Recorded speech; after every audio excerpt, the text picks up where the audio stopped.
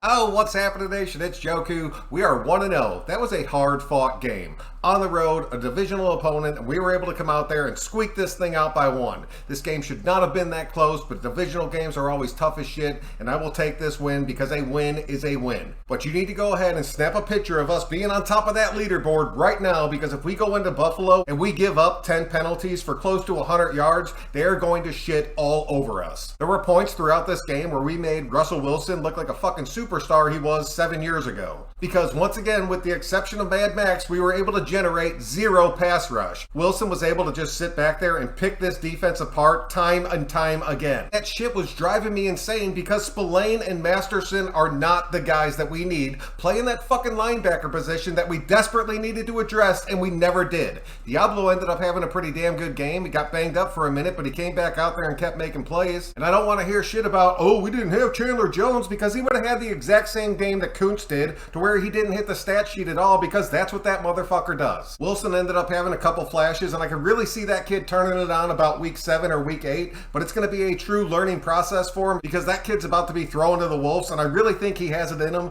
to be able to make that next step pretty damn quick, and I'm expecting pretty damn big things for him. And if he doesn't turn that shit on, we are in some serious trouble across that defensive line. Marcus Peters ended up playing the exact game I thought he was going to play, ended up missing a few tackles, getting torched, and refusing to wrap his fucking arms around people he's trying to tackle. And Bennett, who I honestly thought played a pretty damn good game, got his welcome to the NFL from Russell Wilson on 2 huge fucking penalties, because on 2 of those plays he got completely torched and was just trying to do everything he could to not give up that touchdown. That kid is going to have a rude awakening come Buffalo. On the offensive side of the ball, Jimmy G honestly looked a hell of a lot better than I thought he was going to. He looked composed, he looked like he was in control of this offense, and he honestly should have had 3 touchdowns, but that ball went straight through Myers' hands. But that was a shitty hard catch, but he did put that ball in the only spot it could have been, and it did. Hit him in both damn hands, and he dropped that thing. Jimmy G also took a couple big shots during this game, and a couple of them he was slow to get up. And I was fucking holding my breath, just praying that he was able to stand back up and keep going in this game. And he fought through it. You could tell his ass was in pain, but he ended up playing pretty damn good throughout this entire thing.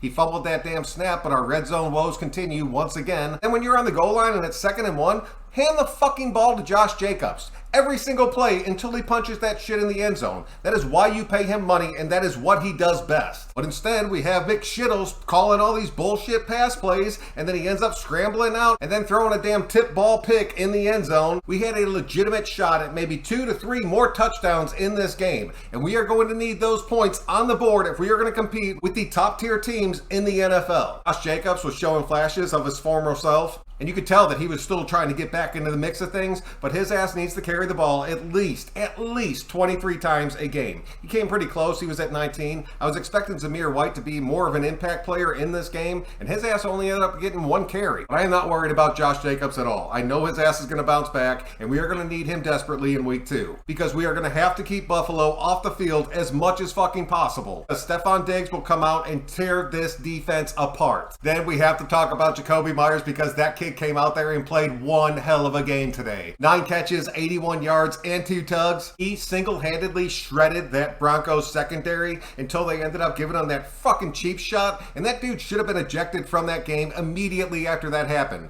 But it was a 15-yard penalty. Now we get to see Jacoby enter the concussion protocol, and I really hope his ass is ready to go by next week. Devontae ended up having 6 catches for 66 yards. Kind of a scary-ass stat line. I never like seeing the old 666 printed across the board anywhere. But you can tell him and Garoppolo are starting to get a little bit of composure together, and he pulled his ass out of some tough situations and made some huge plays for us in this game. And I understand Hooper only ended up having 1 catch, but I told you I love that kid. His catch was a huge momentum swinger. I really want to see how he progresses on this offense and how he looks coming up through the next few weeks. As I am telling y'all now, that kid has a ton of fucking potential. But like I said, a win is a win. We just have to be able to get those points that we left on the field instead of putting that shit up on the scoreboard. I'll be back in a couple days with that Buffalo pregame, but until then, I'm Joku. Raiders! Want to know, baby? Let's go!